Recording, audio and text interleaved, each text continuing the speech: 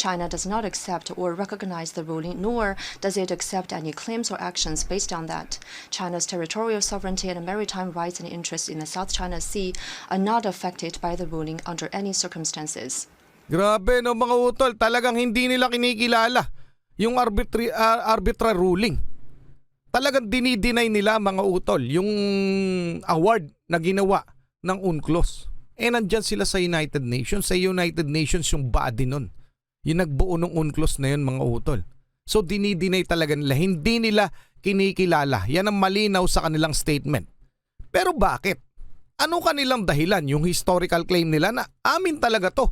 Parang anong nangyayari mga utol? Etong China, sila lang mag-isa ang nag-claim. Ayaw nilang pumatas doon sa lahat na napagkasunduan ng United Nations. So napakaraming countries nito mga utol. More or less 100 o hindi ko na alam kung ilan ang kasapi ng United Nations. Pero isa sila sa mga pumirma dito tas hindi nila kinikilala. Talagang hindi talaga magkakaroon ng pag-uusap na maayos kasi sila hindi pumapayag. Talagang kanila pipilit nila na amin yan. Etong China, pinipilit talaga nila na kanila yun. Mga karunungan, kaalaman, teorya, kasaysayan, hiwaga at mga bagong tuklas. Alamin natin. Ang ating matutunghayan mga utol ay ang debate na ganap sa 79th session ng General Assembly ng United Nations na ginanap sa New York nitong September 24 hanggang 30. Mga utol, ito po yung debate sa pagitan ng Pilipinas at ng China. Game na mga utol, para hindi tayo tumagal. Siyempre kailangan ko rin ng inyong reaction, ang inyong opinion hinggil dito pagkatapos ito ha. Paki-comment na lang. On the representative of the Philippines. Thank you, Mr. President. I wish to refer to the statement of a delegation referring to the South China Sea arbitration. Yan na.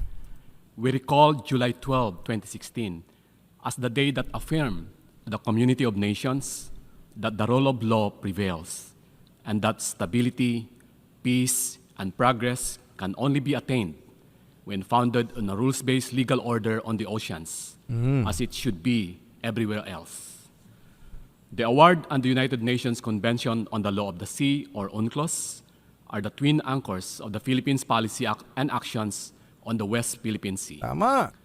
UNCLOS sets out the legal framework within which all activities in the oceans and seas must be carried out. There is no recourse to general international law on matters comprehensively covered by the UNCLOS. Compliance with UNCLOS, which represents a delicate balance of the rights and obligation of all states parties in its entirety, is key to ensuring global and regional peace and the fair and sustainable use of the oceans. Doon pa lang no, mga utol, doon pa lang sa parang panimula niya alam na nating hindi dito tumutupad o sumusunod sa itinakda ng UNCLOS etong China. Doon na papatungo 'di ba mga utol?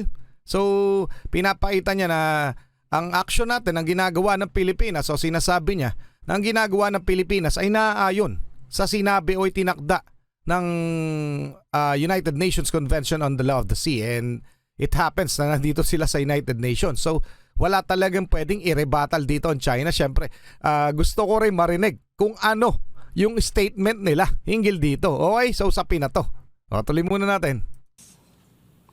The award and affirmation of UNCLOS dispute resolution mechanisms not only sets reason and right in the South China Sea, but is an inspiration for how matters should be considered through reason and right by states facing similarly challenging circumstances.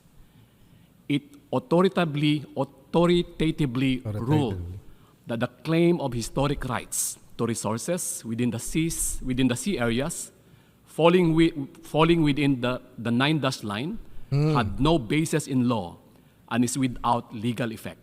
Ayun yung 9-dash line claim ng China at saka yung historical claim na sinasabi nila na nagsasabi na pero China lang talaga nagdideklara no, na kanila o sila may legal na karapatan ng halos kabuuan ng South China Sea. So inilalatag din na dito ng Pilipinas yung mga sinasabi ng China. Oh no, wala daw legal effect at walang basis sa batas.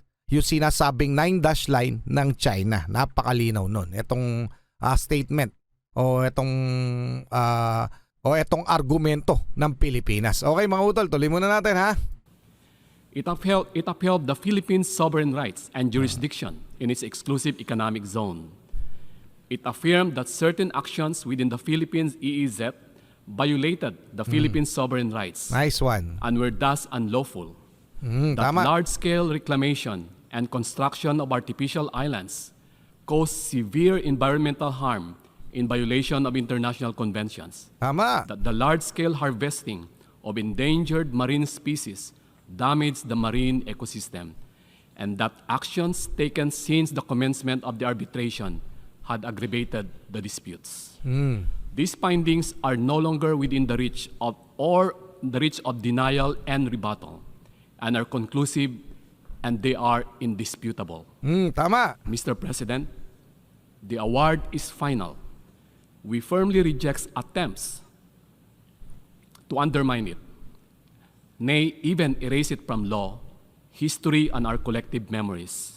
Grabe. At the same time, we welcome the support of countries for the award. The award benefits the world across the board. We do not see it as directed at any other country, near or far. We see it as it should be seen, as favoring all which are similarly situated by clarifying definitively a legal situation beyond the reach of arms to change. Tama. It puts this aspect of international law beyond the limit of prescription. And so we say once again, the present that we need and the future that we want is a peaceful South China Sea. The Philippines is committed to do this for as long as it exists. Ayan na mga utol ha. Yan ang unang atake, first right of reply ng Pilipinas. Doon pa lang pinakita niya na talagang tayo ang may legal na karapatan at hindi ang China. Although hindi niya binabanggit ang bansa China, pero sino nga ba naman? Sino ba naman ang nangaagaw o kumo-contest doon sa arbitration o doon sa international law na itinakda ng UNCLOS? 'Di ba mga utol? So China. Eto na po ang reply ng China. Siyempre in Chinese, so Mandarin I guess. Pero naglagay tayo ng closed caption, no? Tingnan natin kung may subtitle. Okay? So eto na po ang reply dito ng China. Pakinggan natin kung anong sasabihin. Tama na may sinabi ng delegado ng Pilipinas eh. Indisputable yung ating claim. Okay? So yung pati yung mga sinasabi natin, pinapakita natin, talagang hindi na pwedeng irebatal ng kaninang sino man, o especially nitong China, dahil nga talagang ginagawa naman nila, sinisira nila yung environment, yung marine environment, at sinisira nila yung, at hindi sila tumutupad sa itinakda ng international law ng UNCLOS. I give the floor to China. Eto na. Mr. President, in response to yesterday's statement by Australia and today's statement by the Philippines, China exercises its right of reply. China always believes that the United Nations is not the appropriate place for discussing the South China Sea issue. However, it is necessary for us to make a solemn response. Given that erroneous remarks has been made, the South China Sea arbitration was unilaterally initiated by the Philippines, which violated the principle of state consent and contravenes international law, including UNCLOS, and the tribunal exceeded its authority and made unjust a ruling, and the award is illegal and invalid. China does not accept or recognize the ruling, nor does it accept any claims or actions based on that. China's territorial sovereignty and maritime rights and interests in the South China Sea are not affected by the ruling under any circumstances. Grabe no mga utol, talagang hindi nila kinikilala yung arbitral ruling. Talagang dinideny nila mga utol yung award na ginawa ng UNCLOS. Nandyan sila sa United Nations. Sa United Nations yung body nun. Yung nagbuo ng UNCLOS na yun mga utol. So dinideny talaga nila. Hindi nila kinikilala. Yan ang malinaw sa kanilang statement. Pero bakit? Ano kanilang dahilan? Yung historical claim nila na amin talaga to. Parang anong nangyayari mga utol? Etong China, sila lang mag-isa ang nag-claim. Ayaw nilang pumatas doon sa lahat na napagkasunduan ng United Nations. So napakaraming countries nito mga utol. more or less 100 o hindi ko na alam kung ilan ang kasapi ng United Nations, pero isa sila sa mga pumirma dito tas hindi nila kinikilala. Talagang hindi talaga magkakaroon ng ng pag-uusap na maayos kasi sila hindi pumapayag. Talagang kanila pipilit nila na amin 'yan. Etong China, pinipilit talaga nila na kanila 'yon. So kahit ano pa sabihin, dami ng bansa nagsasabi o sila na nagtakda ng patas tsaka yung batas ng naitinakda ng UNCLOS sa United Nations on the Law of the Sea, patas naman yun sa lahat, mga utol. Patas yun. Lahat merong 200 nautical miles na exclusive economic zone. Pati sila meron. Ang inaangkin nila, 1,000 nautical miles ang layo sa kanilang lugar, sa kanilang mainland mula sa Hainan. Sa madalit sabi, hindi talaga nila kinikilala itong United Nations. Diyan pa lang sa umpisa nila ng rebuttal, ng statement. So ano masasabi nyo dyan? Paki-comment na lang, tuloy na muna natin. China has indisputable sovereignty over the South China Sea islands and their adjacent waters, and a sovereign rights and jurisdiction over the relevant waters. China's regular patrols, law enforcement, and production activities in waters under its jurisdiction are compliant with international law, including UNCLOS. Compliance? Paano naging compliance yun? Hindi nga nila kinikilala yung arbitration. Tapos, yung 200 nautical miles, hindi nila, paano in compliance sila with UNCLOS? Ang labo nila ng statement nila, no? Kasi ang inaangkin nilang teritoryo nasa loob ng exclusive economic zone ng Pilipinas. Yun yung pinag-uusapan. Ngayon, ang ginagawa daw nila, China's sovereign rights and Regular jurisdiction. patrols, law enforcement, and production activities in waters under its jurisdiction are compliant with international law, including UNCLOS. Di ba? In compliance with international, grabe. Ibang klase mga pag-iisip, may sabit. So ano masasabi nyo, mga utol? Kayo na mismo. Ayan na. Talagang hindi magkakaigi. Hindi magiging maayos yan. Hindi matatapos yung usapin. Baka sa gera lang matapos to. Kasi hindi talaga rin sila. May mga tsapak talaga itong mga to, no? Grabe, no? Ay, comment na lang The inyo. recent escalation of the South China Sea issue ayan na between naman. China and the Philippines is entirely the responsibility of the Philippines. China will continue to resolve the disputes in the South China Sea through negotiations and consultations with directly concerned parties, including the Philippines, on the basis of respecting facts and in accordance with international law. China will also continue to work with ASEAN countries to safeguard peace and stability in the South China Sea. Thank you. Loko kayo. To safeguard makikipagtulungan, to safeguard sa mga Asian countries, to safeguard peace and stability. Tapos itinuturo nila sa Pilipinas. Kita mo yung statement nila? Responsibilidad daw ng Pilipinas kung bakit nagkakandaleche-leche doon. Grabe itong mga to, kaloko no? Ano masasabi nyo, mga utol? Pa-comment na lang. Ako'y nabibwisit So, punta naman tayo dito. Second reply ng Pilipinas, ha? Okay. So, eto na, mga utol. Tapos, yung huling reply ng China. So, pero kailangan kong inyong opinion. I now call on the representative of the Philippines for the second intervention. Eto na. Thank you, Mr. President. With respect to the earlier intervention made, allow me to reaffirm. The 2016 South China Sea arbitration is a testament to the Philippines' unwavering commitment to the rule of law and the peaceful settlement of disputes. Over the years, the Philippines has continued to demonstrate this commitment to peace even in the face of the unlawful actions which have caused serious incidents in the South China Sea without ever diminishing our resolve to protect and promote our people's interests and the full and responsible enjoyment of our legally settled maritime entitlements and its accompanying rights and jurisdictions. Legally settled maritime entitlements in its accompanying rights and jurisdiction. Yun ang ating pinapractice. Okay? Yung legal na binigay sa atin, yung karapatan na binigay sa atin na itinakda ng UNCLOS na siyang hindi kinikilala ng China. Doon pa lang tapos na to 'di ba mga utol? Pero iba yung sinasabi ng China. Kanila amin to. Wala kaming pakialam sa sinasabi niya. Grabe, di ba? This determination has only been strengthened by the broadening affirmation of the legal value of the award as a positive and legitimate source of international law.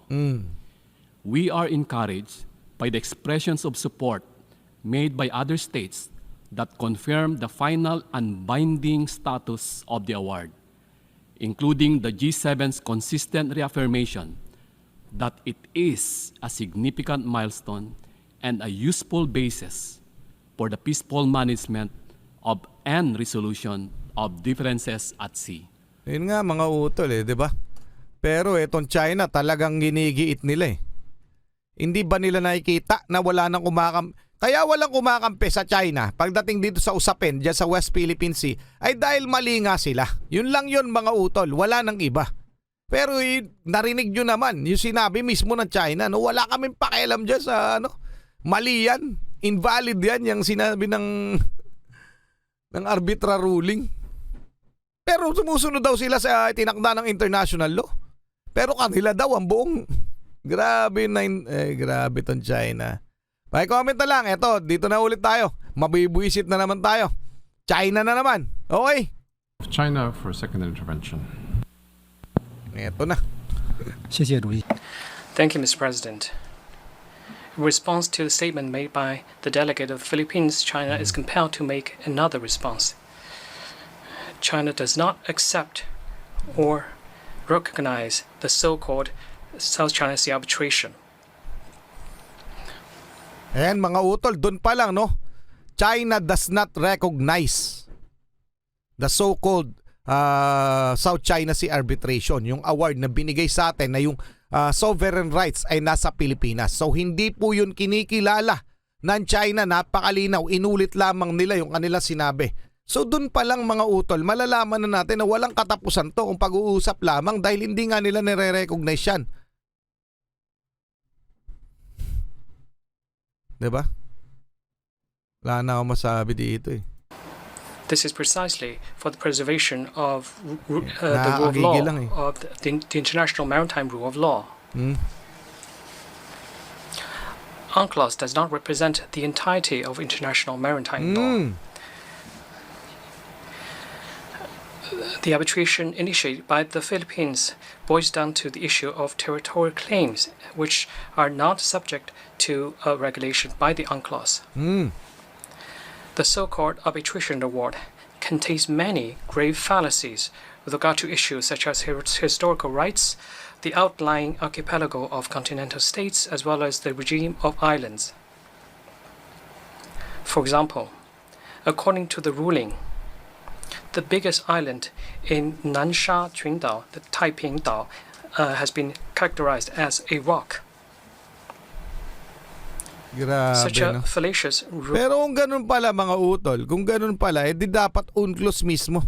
UNCLOS na mismo magano. Pero alam ko, yung arbitration na yun, body yun ng UNCLOS kung hindi ako nagkakamali. Pero kung UNCLOS mismo kaya magdideklara, o etong United Nations, ano kaya mangyayari? Sabihin para matigil yung dispute, ito sa Pilipinas talaga nanalo. Di ba nilapit na natin yan? Wala pa rin silang, kasi syempre yung mga ganyang paglilitis at pagdinig minsan paburan yan politika yan mga utol pwedeng biktima tayo ng politika dahil mas makapangyarihang bansa to sa atin, diba? So ano sa palagay nyo? Anong pinakamagandang gawin? United Nations magpataw nung na yun para hindi nila makontest? Talagang kilalanin nila? Ganun ba? O may higher court pa ba dyan para ganun? Hindi ko alam kasi. Ruling seriously undermines the credibility of the dispute resolution mechanism under the UNCLOS. If this argument as contained in the ruling has been accepted, then many countries' islands will become rocks and therefore are not entitled to full maritime rights. China's position is based on the Based on- maintenance of China's territorial rights and maritime interests and rights. It is also driven by the conviction that it is necessary to maintain the integrity and authority of the UNCLOS, prevent the UNCLOS from being abused, and prevent the international law being undermined. Grabe, sila nga nag-undermine na international law. Pero, kayo na kayo na mag-opinion dito dahil nabibu. Well, anyway, mga utol, kung UNCLOS ka sinasabi nila na yun ang sumusunod sila ron, o sige, di dapat pwedeng UNCLOS ang